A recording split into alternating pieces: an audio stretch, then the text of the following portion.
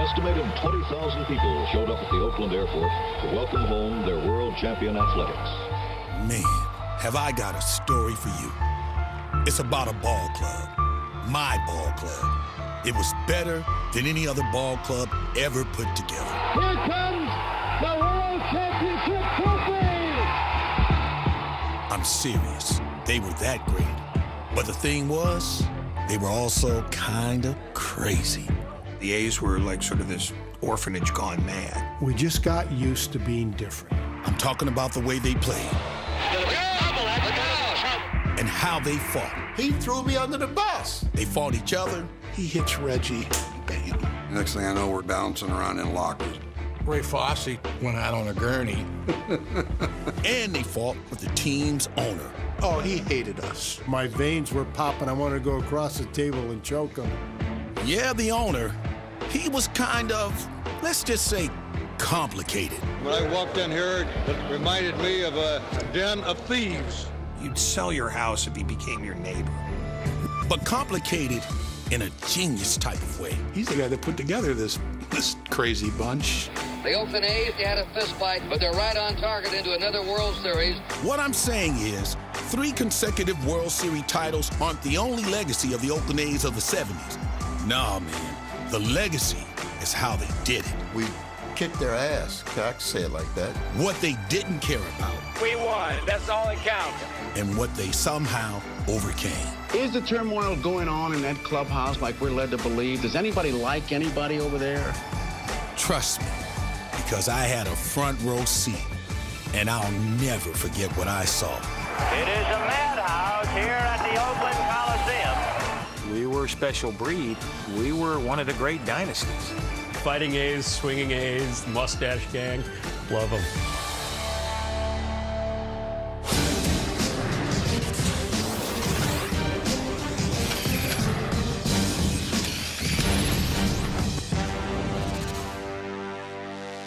My first guest tonight is a very colorful man, and he's guided the Oakland Athletics to 5 consecutive division championships and 3 consecutive world championships. Would you welcome, please, Charlie O. Finley.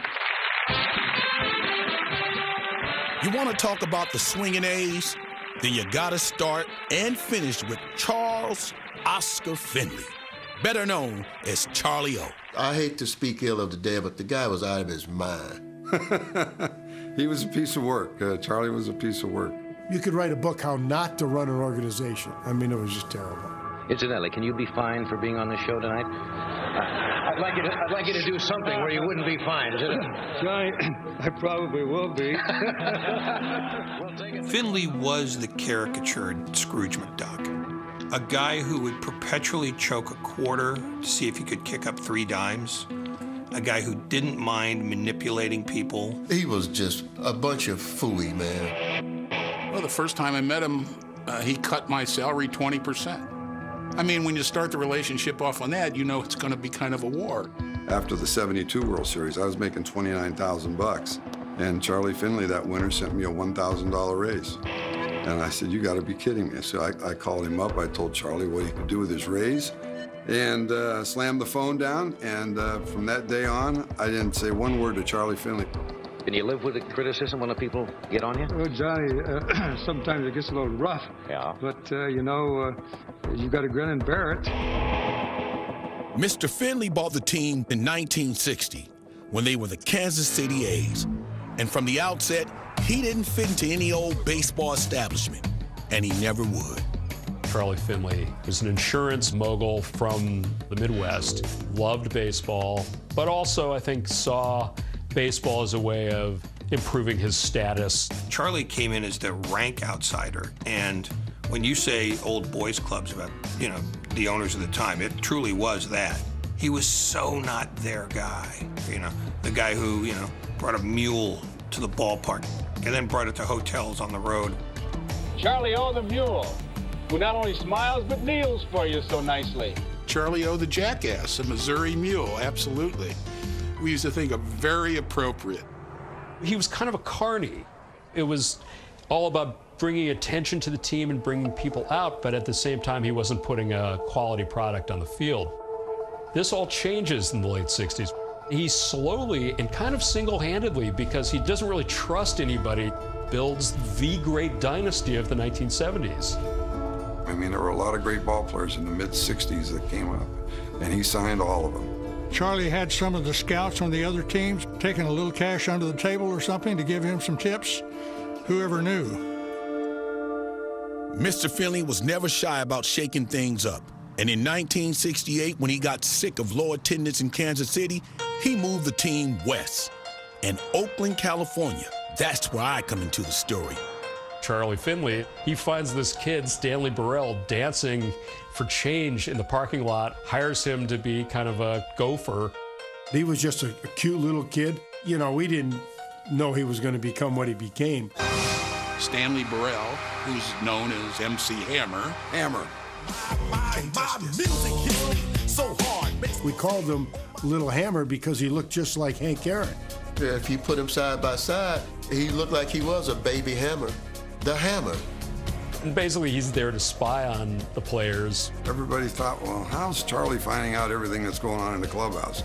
And we found out that it was a clubhouse kid. And every time a player would do something, Hammer would get on the phone to Charlie back in Chicago and say, hey, this guy's doing this. Raleigh, we used to call him Pipeline. Pipeline. Yeah, Pipeline, right. How about we just get on with the story? The story of Mr. Finley and his Swingin A's, the team that looked like no one else, acted like no one else, and won more than just about anyone else, too. You can talk about the owner, the fights, and all the other crap. But then again, oh my God, these guys are three-time champions. That's good enough for me. The only thing that my ball players and myself are interested in today is doing everything within our power to bring a championship team to Oakland. The A's very first game in Oakland was April 17th, 1968. It was a sold-out crowd at the Coliseum, and the scene was typical Charlie Finley. He pulled out all the stops, but he still had to convince a whole lot of doubters. We got a rocky start.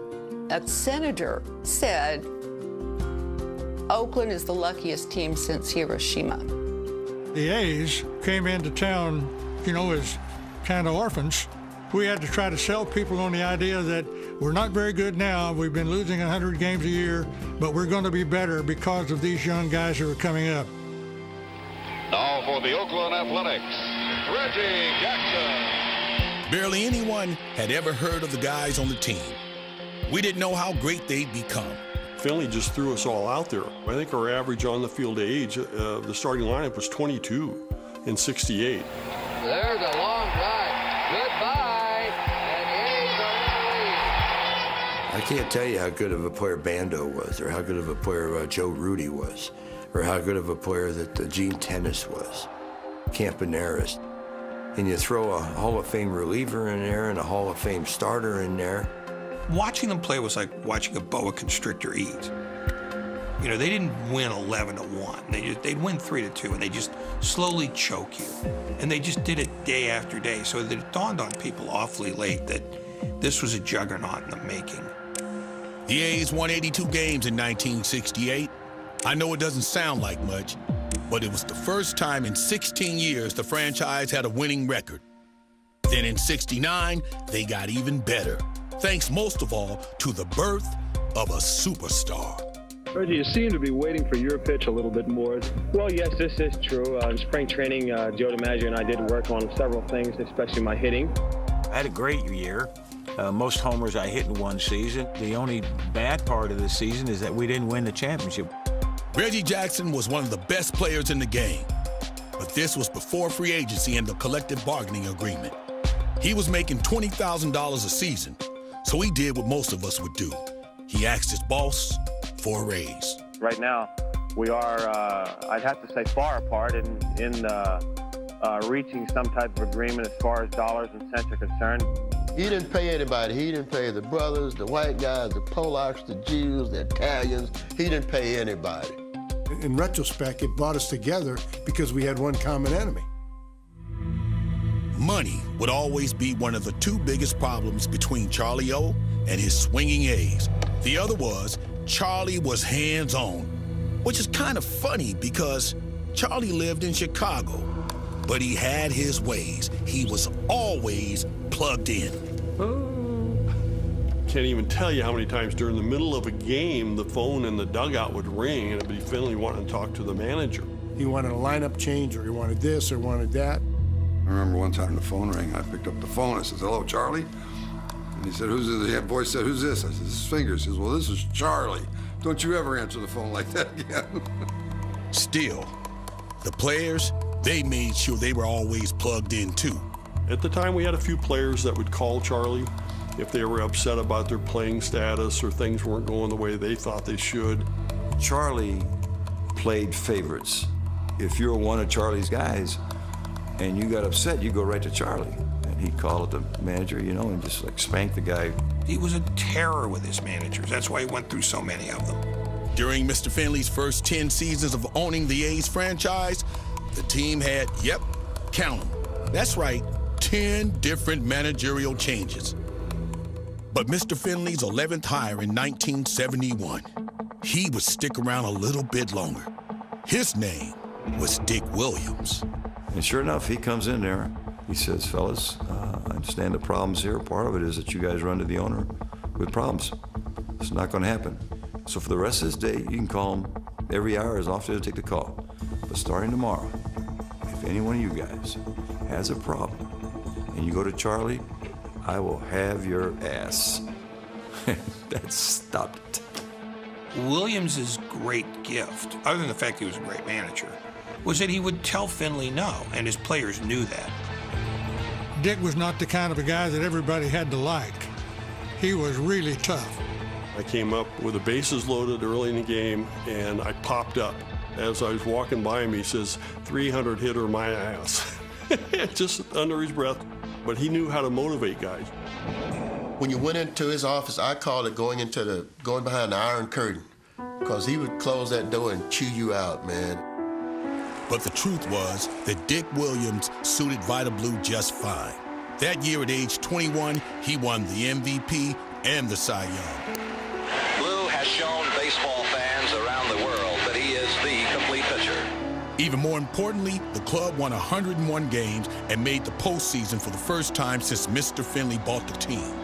In 71, I guess you have to say it's been the year of the Oakland A's, the big green machine, the Galley Green Giant. We really put it together this year with a great manager, a great pitching staff, some great offense, and some great defense. But in the playoffs, they got swept by the defending champs, the Orioles. We were just in awe just to be there. In Baltimore, I mean, they've been there before. We weren't ready for them yet. It was a different story next year.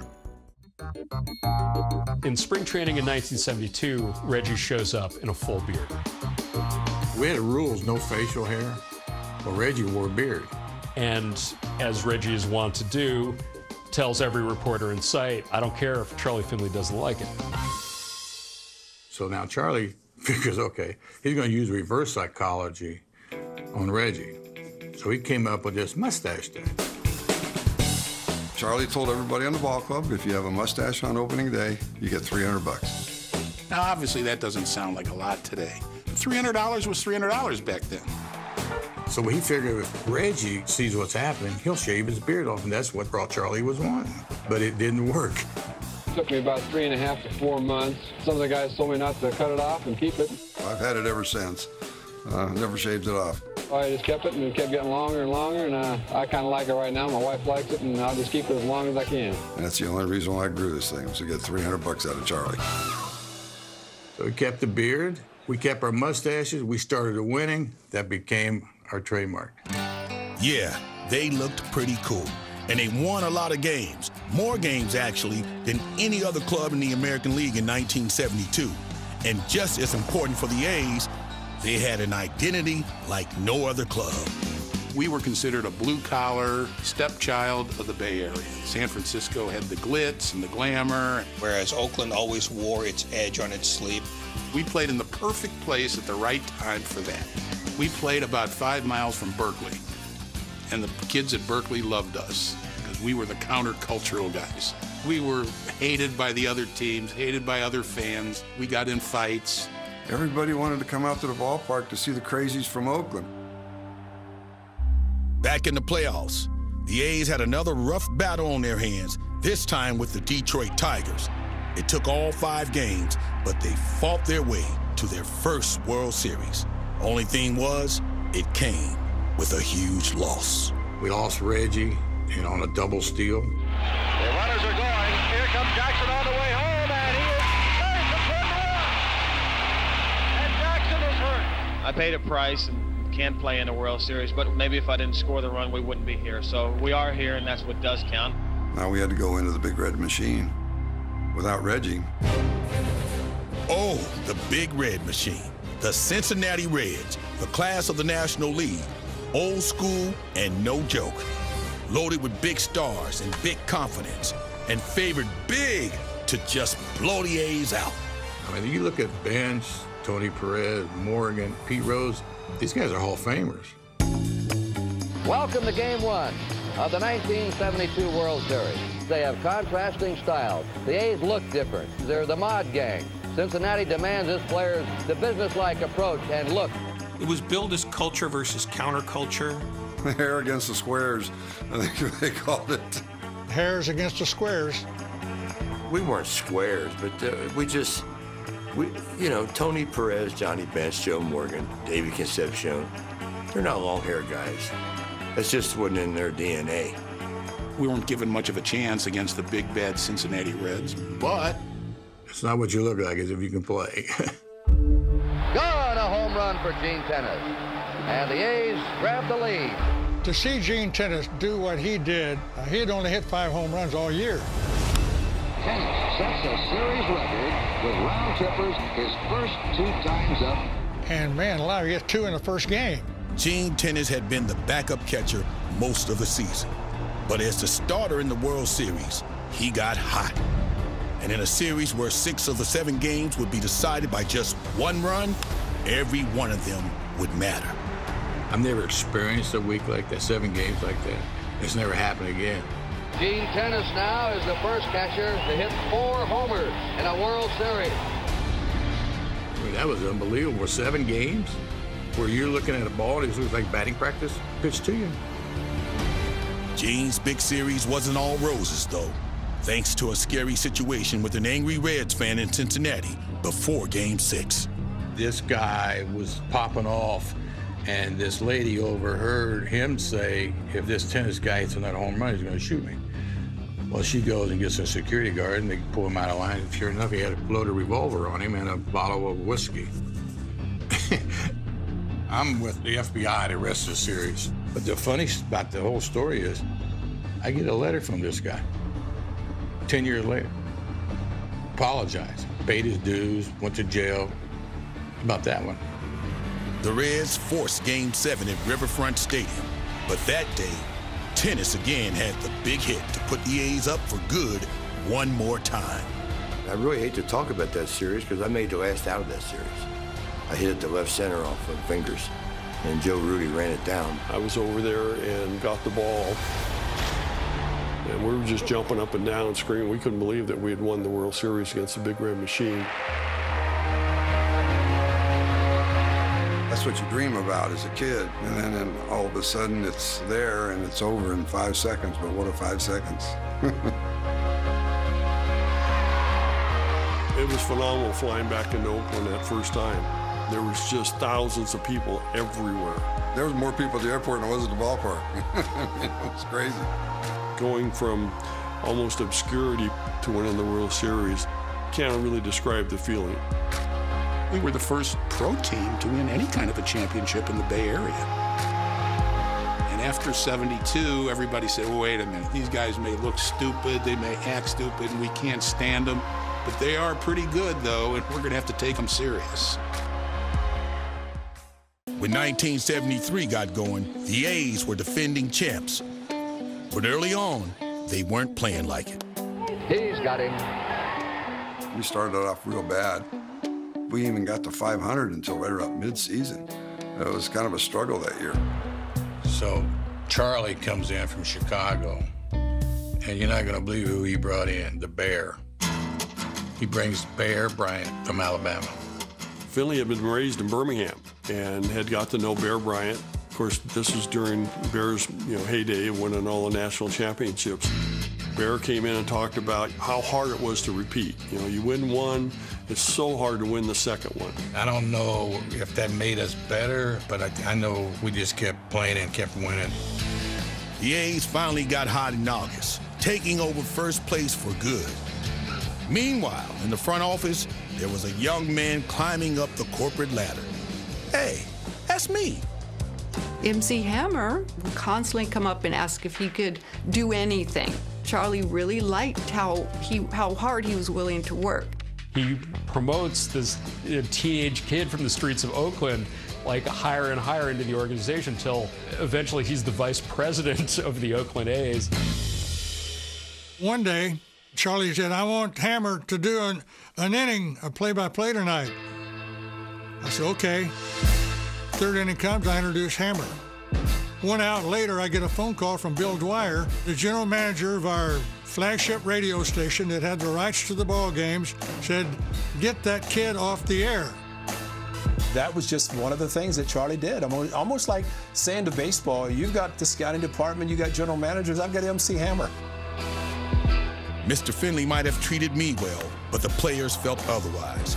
And after they channeled those feelings into a third straight division title, the A's beat the Orioles in 5 games in the playoffs to get back to the World Series. Welcome to the 1973 World Series.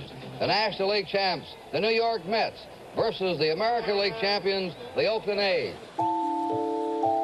The A's were big favorites over the Mets, but after they took a 1-0 series lead, Game 2 went into extra innings. And in the 12th, a chain of events began that still makes the players angry all these years later.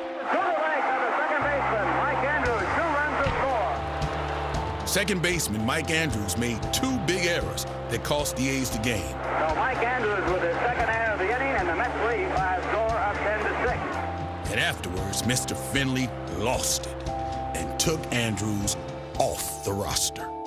They wanted Mike to agree that he had an arm problem. Charlie got the team doctor right off a phony medical report that something wrong with his shoulder. And went into his office, and I read the report, which in my opinion was a total lie. And I told him I wouldn't sign it. He says, okay, if you're not going to sign it, fine. We'll get it through without you. Andrews did end up signing the document so the team could legally bring in another player to replace him. But his teammates were outraged. We had a meeting, and basically the gist of that meeting was, if Mike Andrews is not reinstated tomorrow morning, we're boycotting the rest of the World Series. We expressed our opinion, and we're going to express our opinion. And when something like that happens from the top of a ball club, there's nothing the players can do except express their opinion. Fortunately, Bowie Kuhn, the commissioner, did not allow the change in players, and Mike Andrews stayed on the team and got a standing ovation. The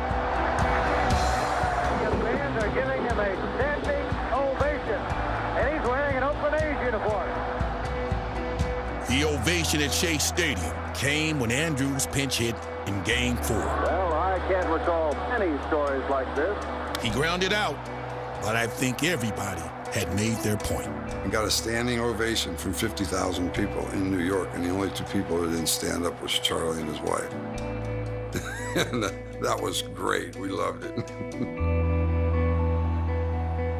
It was the middle of the World Series, but already Dick Williams had decided that for him, the Andrews incident was the last straw. Dick came in after we got Mike reinstated and said, you know, I just can't take any more of this. At the end of the World Series, regardless of what happens, he said, I'm finished. I'm done. I cannot deal with Charlie Finley anymore. But this was a team that seemed to thrive in the chaos.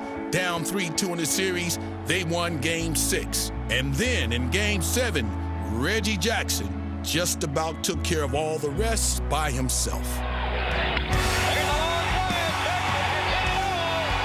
You know, he loved the light, that red light on the camera. I mean, that's why they call it Mr. October.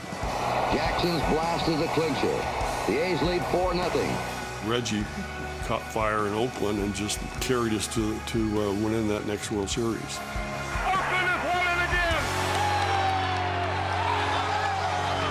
It was great to win, but it was almost surreal. It was not nearly as joyous because Finley was very upset with us. In fact, that when we got our World Series rings that year, he did not put a diamond in the ring. It was the first time in Major League history that there was no diamond in the ring. He just chose to make a point, you know, saying, if you guys go against me, then I can punish you. And that was his way of punishing us, was to give us a cheap ring. Looked like something that came out of Cracker Jack box. No lie. That was the downfall between Charlie Finley and the players when we got our rings. That's when everything started going south.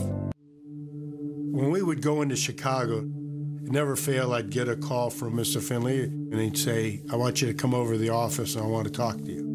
And this one time, he started talking about his wife and his divorce and everything. He broke down and started crying. That was a side of him that you hardly saw. We had a picture when we were playing AA ball. His wife got really sick, and Finley hired a private plane, flew her to the Mayo Clinic in Minnesota, paid for all of her medical care and everything. It was never in the paper, never said anything about that. He would do that kind of stuff. But when it came to business, he would battle, and he was very steadfast. After winning our second World Series, Charlie sent me the same contract as I had made in '72, no raise. So I sent it back, and Charlie just starts ripping into me, calling me names, ungrateful SOB, sending that contract back. So I took him to arbitration. That offseason, before 1974, salary arbitration hearings were a new thing for baseball.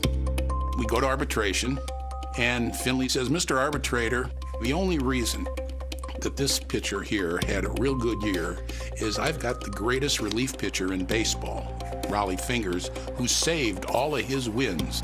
The next guy in the arbitration was Raleigh. Finley tells the arbitrators, Mr. Arbitrator, let me tell you something. The only reason this guy got 20-something saves is I've got the 3 best starting pitchers in baseball. The same arbitrator hears both cases. Needless to say, he lost both cases. When I got up there, he said, balls go by him on the left, balls go by him on the right, balls go through his leg. I can't pay this guy what they're asking. And so my veins were popping. I wanted to go across the table and choke him. And my wife was trying to calm me down. Me and Kenny Holtzman hated him. We're shagging fly balls in right field during batting practice before the game. We look over in the dugout, and I said, Holtzy, look over there. There's Charlie. He's in the dugout. He's doing a TV interview. Him and I said, let's get this guy. And we both threw balls at him from outfield in the dugout, see if we could hit him. And then we laid down and started doing setups. By the time the balls got there, he had no idea where they came from. So yeah, things were getting uglier and uglier in Oakland. And Mr. Finley's choice to replace Dick Williams, one Mr. Alvin Dark, his old manager from Kansas City, that didn't make the players much happier. I don't think Charlie could get anybody. I think Alvin was probably his only choice out there. So they had a new manager, but they were still the Swingin A's. Swinging, by the way, in more ways than one. We're sitting here playing cards. All of a sudden, we see Billy North. And I was facing his way. He hits Reggie, bam. And now here it goes. It was a legitimate knockdown fist fight. I kind of attribute that to being young and full of testosterone and your ego's getting in the way. Vida came over, tried to break it up. He was our starting pitcher that night. He got stepped on. Reggie hurt his shoulder. Ray Fosse went out on a gurney. Next day in the newspaper, A's fighting again. And 2 weeks later, they weren't just fighting. They were slumping. Barely over 500. It felt like the season was on the brink. After the game, we came marching back up into the locker room, and Bando was really upset. I'm mad that I made the last out. I'm mad that we lost. So as I come into the clubhouse, I kick the trash can and I say, Alvin Dark couldn't manage a meat market. Oh, God, and Alvin's right there. I don't think that Alvin was 4 feet behind him walking in the clubhouse when he said that. And it got real quiet. I give Alvin credit. He said, look, I'm not Dick Williams. I don't do things his way. You guys are two-time defending champions. If you don't go out and play on your own, he says, it doesn't matter what I do, so get your butts in gear. Sure enough, from there, the A's took off. The ball game is over. Oakland wins the game. He's got it. They won another division title and had no problem with the Orioles in the playoffs. And Oakland has clinched its third consecutive American League championship. But then in the World Series, things wouldn't begin easy. The 1974 World Series against the Dodgers, Fingers and his wife were on the rocks. And before Game 1, Blue Moon Odom approaches Raleigh Fingers and says, "Who's leaving tickets for your wife's boyfriend today? You?" He said something to me, I said something to him, and he said something back to me, and next thing I know, we're bouncing around in lockers. I'm sitting out in the dugout, and here came the clubhouse guy from the visiting clubhouse. He said, "Yeah, you can't believe what's going on back in that dressing room." He said, "I heard these guys don't like each other." He said, "They're fighting back there right now. They're having a huge fight." I fell backwards and hit my head on a locker and had about 5 or 6 stitches in my head, and he sprained his ankle. The Oakland A's, they've already had a fist fight, but they're right on target into another World Series. You know, the Dodgers were popping off. A couple guys made comments that there's only 2 guys on the Oakland A's that can make the LA Dodgers. And I said, really? I mean, we just won 2 world championships and we're going into a third, and there's only 2 guys on our team that could make the Dodgers. Kind of pissed everybody off. We just kind of took it personally as a group, and we kicked their ass. Long drive to deep left going, and gone. Jackson is homer to the opposite field. Here's how I kind of sum up our club. You got 2 brothers, and they fight constantly. And this kid across the street comes over. Now, he wants to pick on one of these brothers. And that'll do it. Well, now the other brother comes in. He said, "Oh, that's not going to happen." That's the kind of club we have.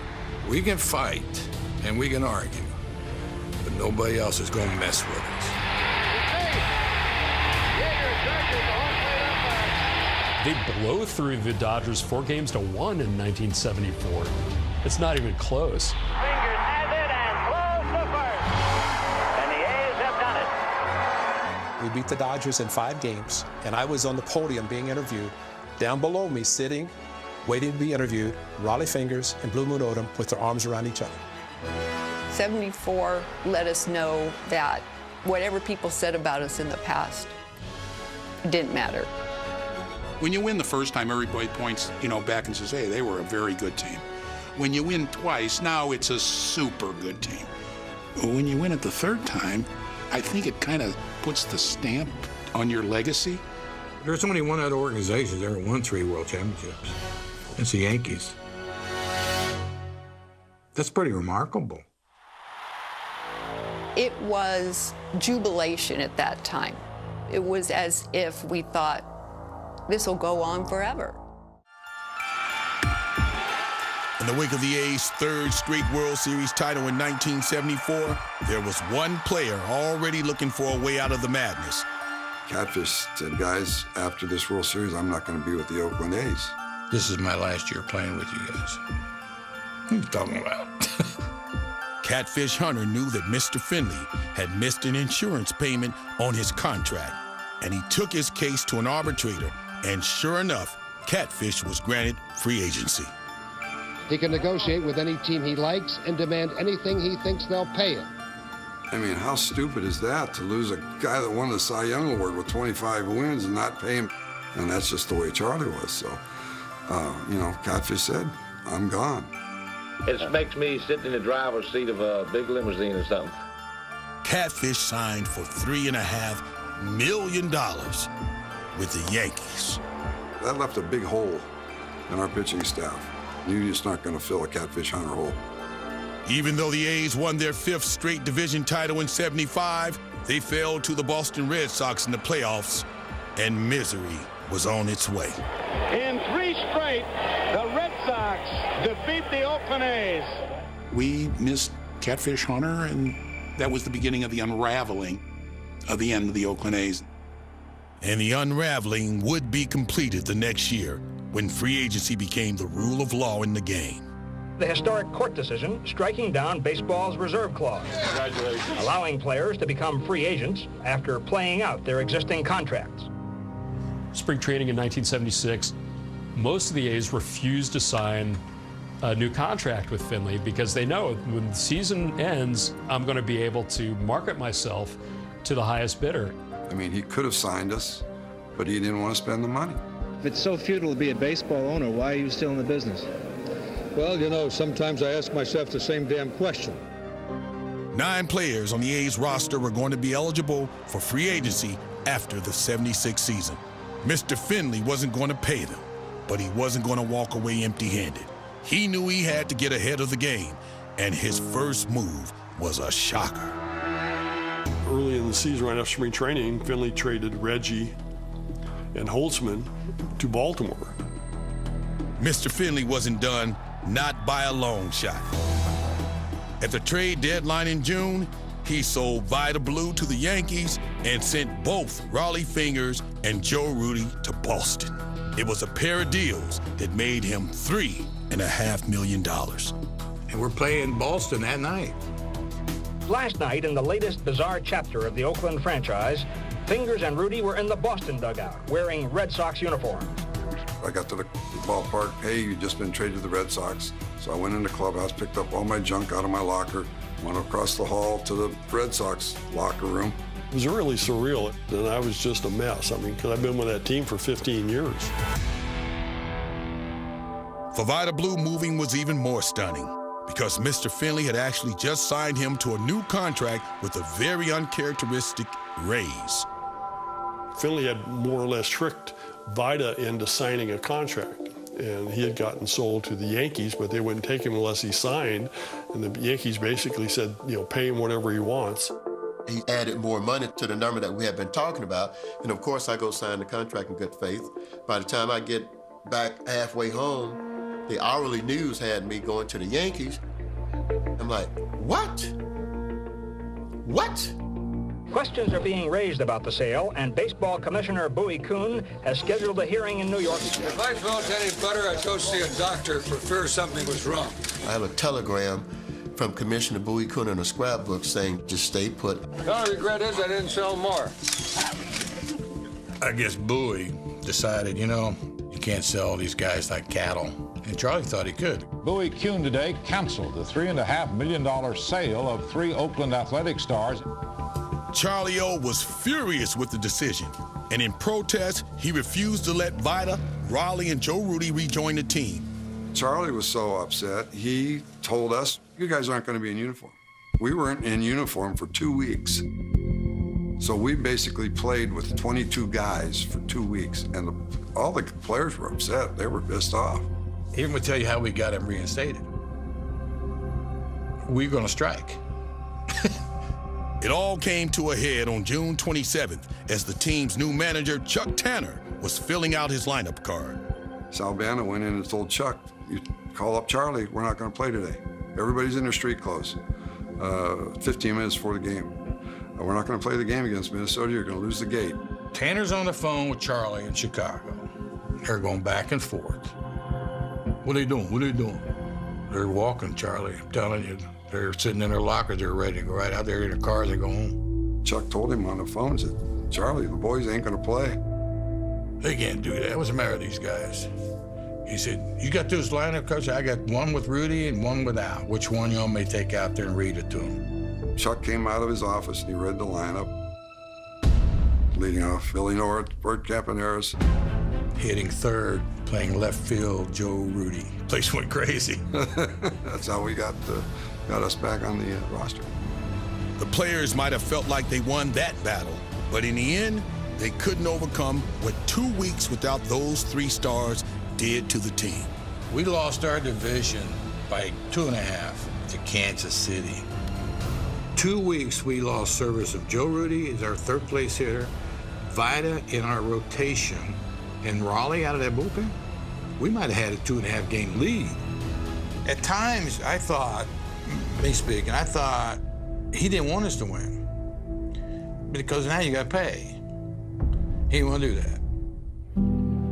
It was like every last bridge had burned. And as they packed up their lockers at the end of that '76 season, they knew it was over. I knew it was over for our Swingin A's. If there were ever a time when you'd think it's time for a funeral, that was it. The A's were dead. You know, there's an old saying that if you want to see the sunshine, you got to weather the storm. Right now, I'm going through a storm, and I feel it won't be too long before I'll be looking at the sunshine and the rainbow. No rainbow looked to be coming to Oakland in 1977, when the A's lost 98 games, and the only reminder of the good times was poor old Vida Blue, stuck in Oakland thanks to that contract extension he had been tricked into signing. I'm there all by myself. Now we're in a rebuilding state, and you go like, I was just on 3 World Championship teams. To be an Oakland A's fan can be a lonely existence. Wow. The highs and lows of this business, the emotional roller coaster that you're on was quite telling, and I was very frustrated. Up until a few years ago, it was a battle of the wits. Now today, it's a battle of how much you got on the hip. By '79, it was a franchise that looked like it wanted to die, and that's when he got out. Perhaps the most controversial owner in all of sports, Charles O. Finley, has given up the reins. It was very emotional for him. Charlie called and was weeping, saying he wished he hadn't sold the team. I love baseball. I was in it for 20 years, and I do regret that I'm not in the game today because I do miss it. It's almost as if you're cool if you are a Charlie Finley hater. And that's what I want to see done away with, and let people know the positive side and what we achieved. You know, players are going to remember the fights, obviously, and the miserable way he used to talk to us and treat us like crap. And then on the other hand, you say, you know what? He's the guy that put together this crazy bunch. Maybe he wasn't that crazy. Maybe he knew what he was doing, you know, and maybe he deserves some credit for doing it. Everything they did, everything they won, will never be forgotten. It is a madhouse here at the Oakland Coliseum. But just think about it. How many more championships could the A's have won? We were on the verge of something real special. The Oakland A's are the world champions of baseball. The sad part about it is that the nucleus of our ball team, who knows, we might have won that 4th, might have won the 5th in a row. Who knows? What a way to wind the game up with a flurry. That's what's so frustrating about it. We never were given an opportunity to see if we could accomplish that. If we'd have stayed together with the same exact team, I think we could have won 2 or 3 more World Championships. But, you know, Charlie wasn't going to let that happen. So they still talk about the maybes, but they'll also never stop talking about how great it was. The A's win it. Even the Big Red Machine doesn't dominate the National League the way the Oakland A's dominated the American League in the first half of the 1970s. I don't think we got the respect that we deserved. If our team was in New York or in Chicago or in LA, we would have been the greatest team in the decade. We were one of the great dynasties. We won 5 divisions, 3 World Series in a row. We were a special breed, and when you look back at it, you have a great appreciation for it, and you're thankful that you were part of it. I wish more people saw it. Well, I saw it. The titles. It's been a long, hard grind, but they made it. The fights. The Oakland A's are still squabbling. And everything in between. There was just no other team like the Swingin A's. Nobody believed they could do it but themselves. There was just no other group that will ever give you a story like this one.